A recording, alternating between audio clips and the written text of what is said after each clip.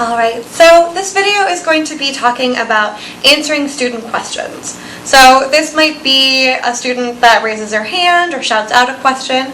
This could also apply to anonymous questions, where somebody writes down a question on a piece of paper, puts it in a box without their name attached. So a couple different types of questions that you might be getting. So we're going to go through several different types of questions that students might ask, as well as some tips on how to answer those. So the first type of question that a student might ask is going to be something fact-based. So that might be, for example, can STIs be genetically given, like through birth? This is going to be a question with a clear, factual answer. So if you know the answer to that question, like this one for example, you can just give that answer.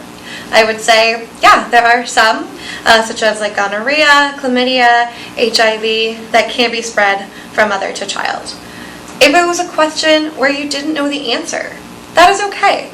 Just acknowledge that. Just say, gosh, I don't really know. Can I get back to you on that? And make sure to follow up with that. I often ask a student to write down a question if I don't know the answer and give it to me so that I can remember to do so after the class. Another type of question students might ask is personal.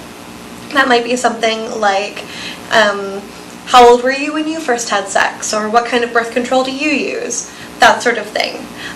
You never have to share anything personal that you're uncomfortable with. And we kind of prefer folks to not overshare with their students. It's not usually in folks' best interest. That I would kind of just transition into saying very clearly, that's not really something I'm really comfortable sharing out, and maybe giving a variety of answers. Some people might prefer one type of birth control over another. It's really important to maybe talk to a medical provider about what might be best for them. Other kind of question that might come up might be things like slang terms. Things like, we have the example, what is a rim job? Depending on somebody's personal comfort level, my advice for this would be to just answer the question honestly. To say, we had the question, what is what is a rim job? And the answer to that would be that it is a slang term for somebody engaging in oral sex with an anus. Things like that, just giving a factual answer. Along with that though, there might be some questions that are more designed to test or shock somebody. So that might be a question like, can someone have sex with a dog? Things like that are a little bit more shocking. For that, it's important to kind of take a deep breath, have a calm demeanor. If you think that question has any kind of factual base that you might want to answer, for example, with that one I might rephrase the question if it was an anonymous one, and say, we had a question about bestiality. That's something that is really uncommon and illegal. Animals cannot provide consent, so we need to make sure that that's not something folks are engaging in. Just try and stick to the facts, try and stay calm. Those usually work a little bit better as anonymous questions. It's easier to kind of keep a calm demeanor.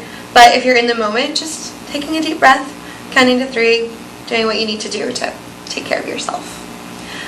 Another question that comes up a lot is going to be around sexual technique.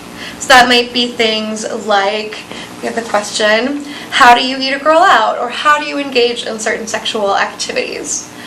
In a school setting, it's not really appropriate to go into that topic, and I would just make that boundary really clear with your students. Just say, this isn't really a class where we're going to talk about techniques for sexual behavior.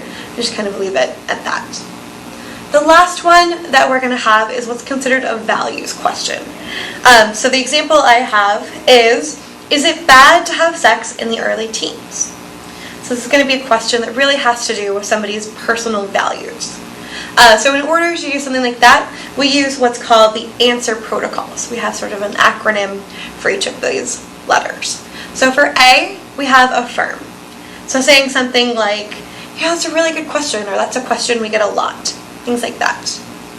N is going to stand for noting the question as a values question. So saying, this is something that a lot of people feel really differently about. People might have different opinions around. For S, you might want to state the facts if there's any. So if you wanted to share average age of sex for folks, if that felt relevant to you, you could do so.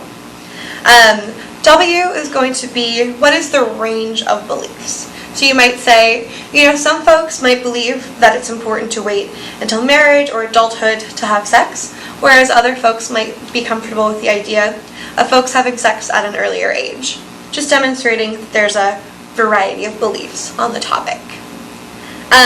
E is going to be encouraging communication with other trusted adults. So because this is a values question, I might not be the best resource for you on this. Maybe talking to a family member, or if somebody is affiliated with their church, things like that. Other adults with shared values that they trust.